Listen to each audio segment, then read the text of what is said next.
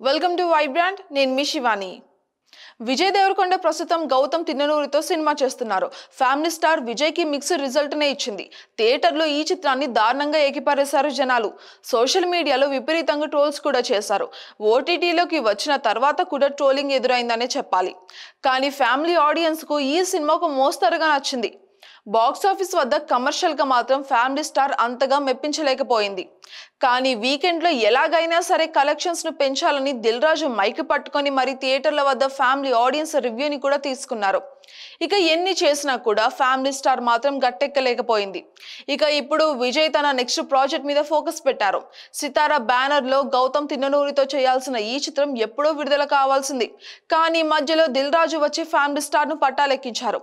ఇక దీంతో గౌతమ్ తిన్ననూరి ప్రాజెక్ట్ ఆలస్యమైందని చెప్పాలి. ఇక ఆ గ్యాప్ లో గౌతమ్ ఒక చిన్న సినిమాను కూడా తీశారు. ఇప్పుడు తన పూర్తి ఫోకస్ అంతా కూడా విజయ్ ప్రాజెక్ట్ మీదే పెట్టేశారు. ఇక ఇప్పుడు వీరిద్దరూ శ్రీలంకలో షూట్ చేస్తూ బిజీగా ఉన్నారు. ఇక ఈ మూవీ కోసం విజయ్ కాస్త డిఫరెంట్ లుక్ లో ట్రై చేస్తున్నట్టుగానే అనిపిస్తోంది. అందుకే జుట్టు పెంచకుండానే క్యాప్ పెట్టుకొని కనిపిస్తున్నాడు విజయ్.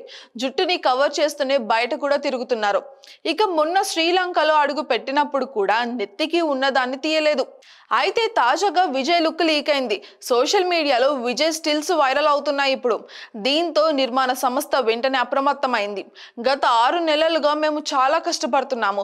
ఇప్పటికే 60% షూటింగ్ కూడా పూర్తయిపోయింది. త్వరలోనే ఫస్ట్ లుక్ ని కూడా మేము అధికారికంగా విడుదల చేస్తాము. ఇక అంతవరకు ఈ లీక్ అయిన లుక్స్ ని దయచేసి షేర్ చేయకండి అంటూ ఇలాగ నిర్మాణ సంస్థ ఒక ప్రెస్ నోట్ కూడా షేర్ చేసింది. VD12 టీం ప్రస్తుతం శ్రీలంకలో కష్టపడుతుంది అని కూడా చెప్పుకొచ్చింది నిర్మాణ సంస్థ.